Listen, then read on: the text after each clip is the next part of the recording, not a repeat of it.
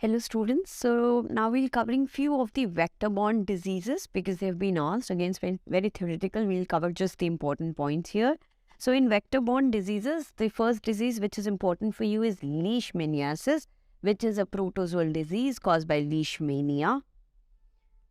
And here the vector is sandfly. Now most of these vector-borne diseases will definitely have a vector.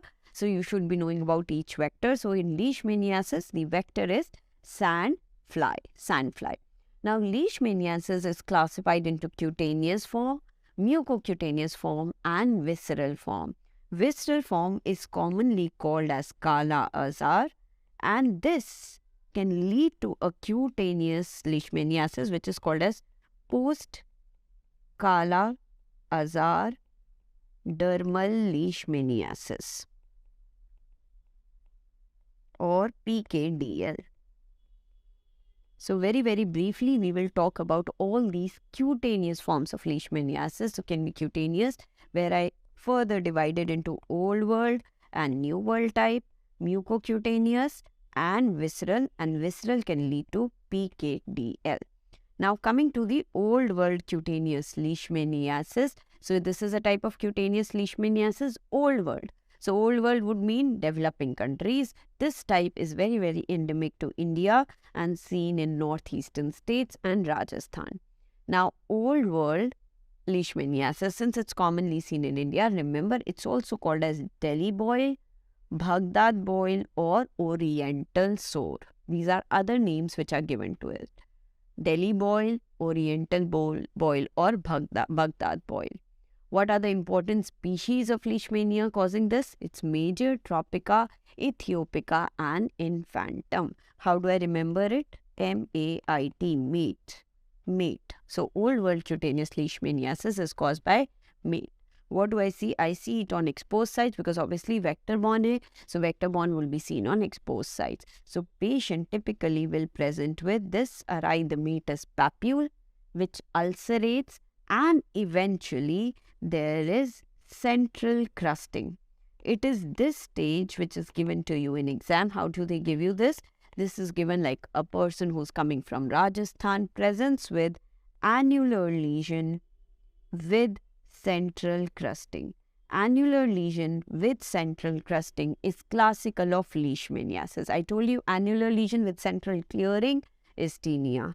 Annular lesion with central crusting is leishmaniasis. Please remember this, okay? So if they mention this term, you have to mark leishmaniasis. So it will present on exposed site with a crusted plaque. That is what you need to know. Then coming to New World. So New World would be more on the American side, Mexico side. So this is seen in Mexican population more commonly, and that's why it's called as New World cutaneous leishmaniasis. The species here is L. mexicana because it's seen more commonly in Mexico, so mexicana. What do I see here? Again, these are cutaneous leishmaniasis. They'll present with ulcer. Here, the ulcer typically affects the ear cartilage and is called as Chiclerose ulcer. Chiclerose ulcer. So in New World cutaneous leishmaniasis, you see Chiclerose ulcer and the species is mexicana. You see a cartilage destruction and an ulcer in the ear. Coming to, these were two cutaneous leishmaniasis. Mucocutaneous leishmaniasis is caused by L. brasiliensis because it is more commonly seen in Brazil. Now mucocutaneous. So it will start with a cutaneous lesion. So you see a cutaneous ulcer which is there on the lower leg.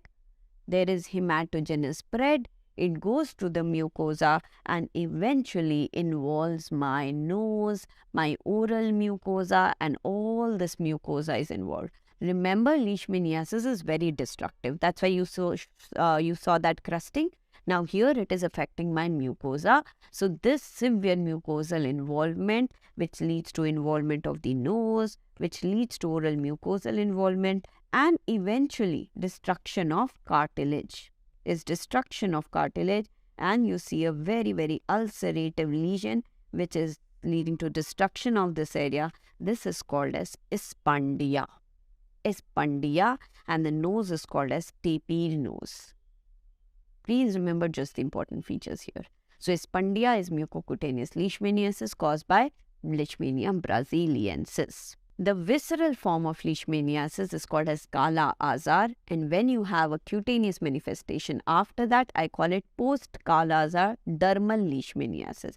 So as the name suggests, it will happen after Kala Azar. So there will be a history of Kala Azar. So how will that be? Patient will give, when you ask the patient that was there some prolonged fever, hepatosplenomegaly in the past, so patient will say yes. So there will be a history of Kala Azar, and after that you will have cutaneous manifestations.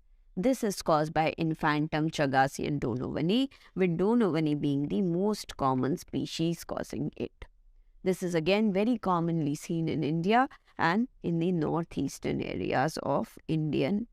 So very, very commonly seen. So this is in fact the most common kind of leishmaniasis that I see in India.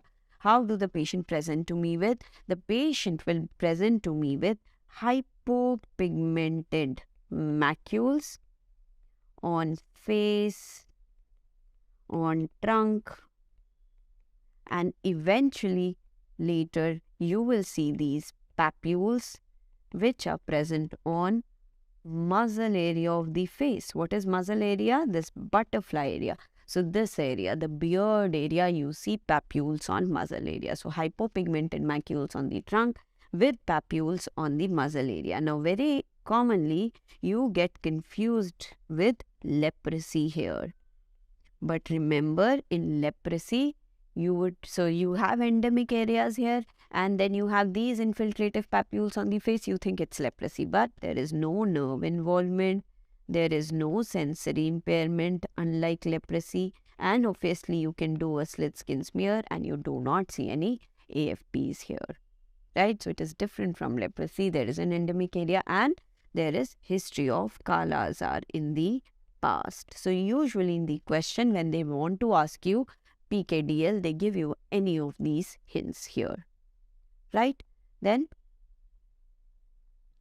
what do? You make a smear. So when you make a smear, so what do you do? Here also from the papule you can make a slit smear. You can make a smear from the tissue, because in the tissue will be present a mastigote form of this protozoa of leishmania. You see amastigote forms which are present in the macrophages. So when you do a slit skin smear here, you see something which I call as LD bodies or Leishman-Donovan bodies. So these are these bodies which are present in the macrophages. So LD bodies is characteristic of leishmaniasis. You can even do a culture. How do I do a culture here? I use NNN media or Novi McNeil-Nichol media. So NNN media and demonstration of LD bodies is what is important in diagnosing my leishmaniasis. You can do a biopsy, and in the biopsy also you will see diffuse infiltration with macrophages which are filled with amastigotes. Just like in leprosy you did lepromin test, here also you can do a leishmanin test, which is not done anymore, but it tells you about the immunity. Just know the name, right? So these are the different tests that you can do to identify PKDL. How do I treat? You can give parental antimonials, which are very, very successful but very toxic, so don't use it now. We can use amphotericin B, but my drug of choice these days is miltefosine. So remember, for leishmaniasis, I give miltefosine, right? So drug of choice is miltefosine. This is what you need to know about leishmaniasis. Coming next to trypanosomiasis. So trypanosomiasis is again of two types. You have African form and you have American form. So write it here. Trypanosoma is the protozoa involved, and there are different vectors for the two forms, so I'll discuss them separately. So there is African trypanosomiasis and there is American trypanosomiasis. Now African form is also called as sleeping sickness. Sleeping sickness is African form.